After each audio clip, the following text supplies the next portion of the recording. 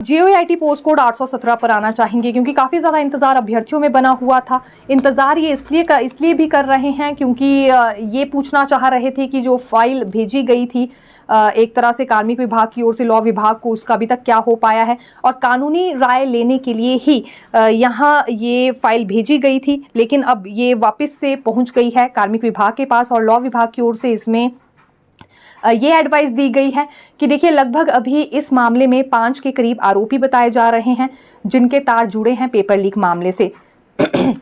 लेकिन अभी तक ये गुनहगार साबित पूरी तरह से नहीं हो पाए हैं, इसलिए इन्हें परीक्षा से डीबार करना सही नहीं रहेगा। और दूसरी बड़ी बात इसमें ये भी लॉ विभाग की ओर से कही गई है कि अगर जल्दी ही रिजल्ट घोषित करना चाह रही है सरकार, तो ये भी ज़रूरी है कि 5 के करीब पद खाली छोड़ दिए जाएं और उसके बाद रिजल्ट घोषित कर दिया जाए, ताकि बाद में अगर ये 5 के करीब आरोपी गुनहगार साबित नहीं होते हैं तो फिर इन्हें भी नियुक्तियां दी जा सके। तो ये एक तरह से एडवाइस दी गई है। और दूसरी एडवाइस ये भी लॉ विभाग ने दी है कि अभी विजिलेंस ब्यूरो से भी चर्चा कर ले कार्मिक विभाग इसमें।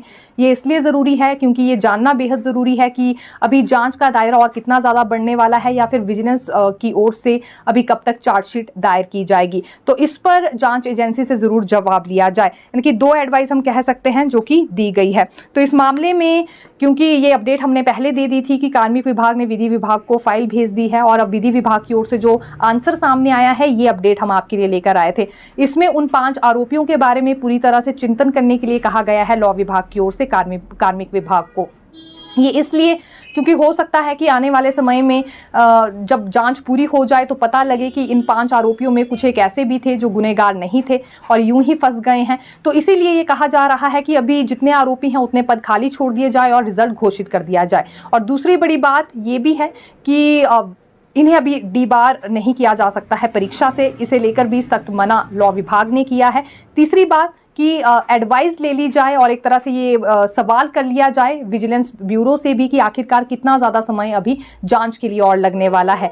ये जानकारी लेना अब कार्मिक विभाग को काफ़ी ज़रूरी है। हालांकि अभी देखिए मुख्य सचिव ही इस पर फाइनल फैसला लेंगे, अभी वो लौटे नहीं हैं। जैसे ही शिमला लौटेंगे तो आने वाले दिनों में इस पर फैसला ले लेंगे।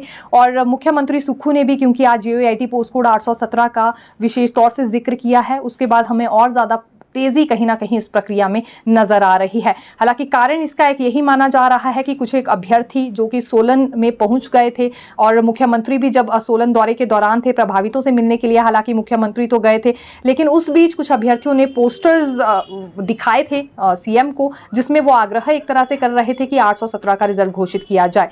तो उसका एक ये गहरा प्रभाव है कि तेजी अब इस मामले में कहीं ना कहीं नजर आ रही है।